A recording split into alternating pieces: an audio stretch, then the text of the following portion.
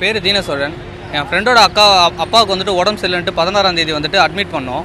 அவரை பார்க்குறதுக்காக ஈரோட்லேருந்து அக்கா வந்துட்டு கிளம்பி வந்தாங்க ஊருக்கு. காலைல வந்துட்டு 8 மணிக்கு வந்துட்டு இந்த ஆர்ட்ஸை கிராஸ் பண்ணும்போது இந்த ஆர்ட்ஸ் மேலே இருந்த தளம் வந்து அவங்க தலையில் விழுந்து அடிபட்டுருச்சு.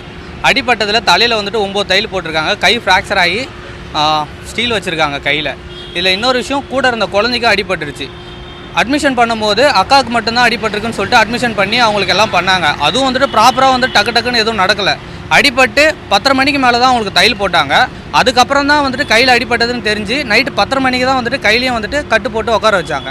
இதுக்கு நடுவில் குழந்தைக்கு வந்துட்டு தலையில் அடிபட்டதுக்கு வந்துட்டு வீக்கம் மட்டும்தான் இருக்குது, அதனால் எதுவும் பிரச்சனை இல்லைன்னு சொல்லி அனுப்பிச்சிட்டாங்க. டேப்லெட் மட்டும் கொடுத்து காலையில் வீக்கம் இன்னும் அதிகமாக இருக்குன்னு தெரிஞ்சு ஒரு ஸ்கேன் எடுத்து பார்க்கும்போது தான் தெரியுது உள்ளே வந்துட்டு தலையில் வந்துட்டு மூளையில் ரத்த கசிவு இருக்குதுன்னு சொல்லிட்டு இங்கே ஃபெசிலிட்டி இல்லை, யூராலஜி இங்கே வந்து கிடையாது, மறுபடியும் ஜிஹெச் கூப்பிட்டு போங்கன்னு சொல்லிட்டு ஆம்புலன்ஸு வர வைக்கிறதுக்கு நேரம் ஆகினாங்க. கேட்டால் ஏதோ ஓலா ஊபர் புக் பண்ணுற மாதிரி நாங்கள் ஆம்புலன்ஸ் புக் பண்ணிட்டுருக்கோம், வந்துட்டுருக்குன்னு சொல்லிட்டு ஒரு 1 hour கிட்டே உட்கார வச்சாங்க. எந்த ரிப்போர்ட்டும் எங்கள் கைக்கு வரல. வெறும் ஸ்கேன் எடுத்ததோட ஃபிலிம் மட்டும்தான் கையில் இருந்துச்சு. இந்த ரிப்போர்ட்டை இப்போ கூப்பிட்டு போயிட்டு ஜிஹெச்சில் ராஜீவ்காந்தி ஹாஸ்பிட்டலில் கூப்பிட்டு போயிட்டு அட்மிட் பண்ணியிருக்காங்க. அவங்களும் வந்துட்டு எதாக இருந்தாலும் 12 மணி நேரத்துக்கு அப்புறம் தான் வந்துட்டு நாங்கள் சொல்லுவோம் அப்படின்ற மாதிரி சொல்லியிருக்காங்க. இதில் என்னன்னாக்கா, குழந்தைக்கு அடிபட்டுச்சு, இவங்க ப்ராப்பராக முன்னாடியே பண்ணியிருந்தாங்கன்னா மேபி இவ்வளோ தூரம் வந்திருக்காது.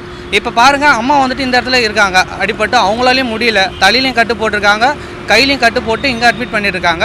பிள்ளை வந்துட்டு அங்கே இருக்கா, அவளுக்கு 7 வயசு தான் ஆகுது, சின்ன குழந்தை. கேட்டால் என்னன்றாங்க, சரியாக முடியலன்னா ஓப்பன் சர்ஜரி தான் பண்ணணுன்றாங்க 7 வயசு பொண்ணுக்கு. எது தாத்தாவை பார்க்க வந்த பொண்ணுக்கு இந்த நிலமை, அப்பாவை பார்க்க வந்த பொண்ணுக்கு இந்த நிலைமையில் எங்கள் ஹாஸ்பிட்டலில் அட்மிட் பண்ணிட்டுருக்காங்க. இது என்ன நிலைமை ஒன்றும் தெரியல. எப்படி ஹாஸ்பிட்டலில் வரவங்களாம் பேஷண்ட்டை பார்க்க வரவங்களே பேஷண்ட் ஆகிற நிலைமையில் இருக்குது, ஹாஸ்பிட்டலில் இந்த நிலைமையில் இருக்குது. ப்ராப்பராக வந்துட்டு இவங்களும் வந்துட்டு சஜஸ்ட் பண்ணி எதுவுமே பண்ண மாட்டாங்க, எல்லாமே டிலே ஆகுது. என்ன தான் வந்து நிறைய பேஷண்ட்டு வராங்க போகிறாங்கன்னு இருந்தாலும் அட்லீஸ்ட் ஒபே பண்ணுறதாச்சும் கிளியராக பண்ணலாம். யாரோ வராங்க போகிறாங்க, யார் வராங்க யார் போகிறாங்கன்னு தெரியல, யார் அட்டன் பண்ணுறாங்க, எந்த டாக்டர் பார்த்தாங்களும் தெரியல. ப்ராப்பராக அவங்க கொடுக்குறதோட டாக்குமெண்ட்ஸ் எதுவுமே எங்கள் கைக்கு வர மாட்டேங்குது. யாரை கேட்டாலும் அது டாக்டர் கையில் இருக்குது, டாக்டர் கையில் இருக்குன்றாங்க. ஆனால் எந்த டாக்டர் பார்த்தாருன்னு எங்களுக்கும் தெரியல. இவங்களை கேட்டால் நைட்டில் ஒருத்தர் வந்தார், காலையில் வந்து டாக்டர் ஒருத்தர் பார்ப்பார், இப்படி தான் சொல்கிறாங்க. எல்லாம் முடிச்சதுக்கப்புறம் எதுவுமே ப்ராப்பராக பண்ண மாட்டுறாங்க. அது என்ன பண்ணுறாங்க, என்ன மேனேஜ்மெண்ட்டு எதுவும் தெரியல. அவங்க 2 பேருக்கு நல்லா ஆகணும், இதுக்கப்புறம் யாருக்கும் அந்த மாதிரி ஆகாத மாதிரி பார்த்துக்கணும்.